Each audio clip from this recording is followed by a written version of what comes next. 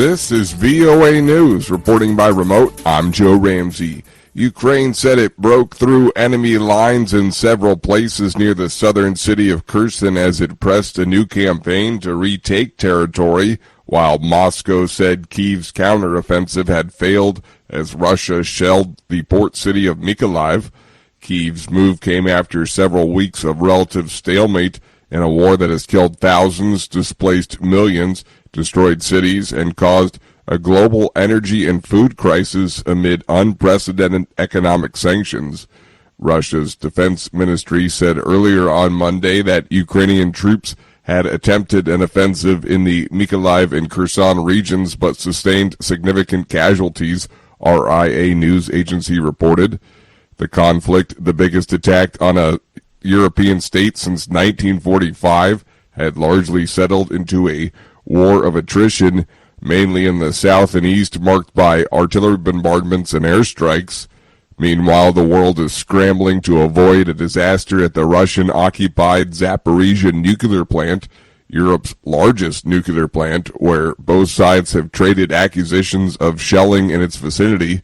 A mission from the International Atomic Energy Agency to the facility, captured by Russian forces in March, but still run by Ukrainian staff, was due to arrive in Kyiv on Monday and start working in the coming days, Ukraine said.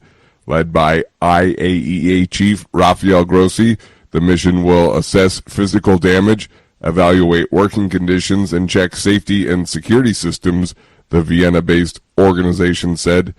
The Kremlin said the IAEA mission was necessary and urged the international community to pressure Ukraine to reduce military tensions at the plant. This is VOA News. U.S. President Joe Biden is keeping his distance from the federal criminal investigation involving classified documents that were retained by his immediate predecessor, Donald Trump. The details from VOA's chief national correspondent, Steve Herman, in Washington.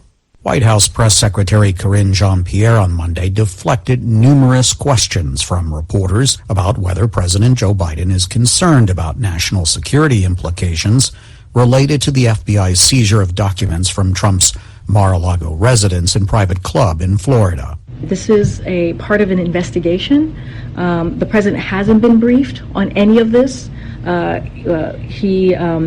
None of us have been briefed. The White House has been briefed on any of this. The press secretary added that while it is important to have transparency, the White House is not going to comment further about the documents or the possible criminal case against the former president. She did state the White House had not requested that the intelligence community undertake its assessment of possible security risks posed by Trump's retention of some classified material. Trump and his Republican supporters in Congress have accused the Department of Justice of political interference ahead of this year's midterm elections and a possible run in 2024 by the former president to recapture the White House. Steve Herman, VOA News, Washington. People who drink tea may be a little more likely to live longer than those who don't. That's according to a large study of British tea drinkers published Monday.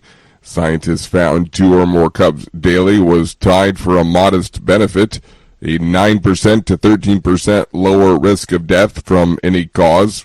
Adding milk or sugar didn't change the results. Past studies in China and Japan, where green tea is popular, suggested health benefits. The new study extends the good news to Britain's favorite drink, black tea. A study like this is based on observing people's habits and health. It can't prove cause and effect. Recapping our top story, Ukraine said it broke through enemy lines in several places near the southern city of Kherson as it pressed a new campaign to retake territory, while Moscow said Kyiv's counteroffensive had failed as Russia shelled the port city of Mykolaiv. Kyiv's move came after several weeks of relative stalemate in a war that has killed thousands, displaced millions, destroyed cities, and caused a global energy and food crisis amid unprecedented economic sanctions. Find more on these stories at voanews.com or follow us on the VOA mobile app. Reporting by remote, I'm Joe Ramsey.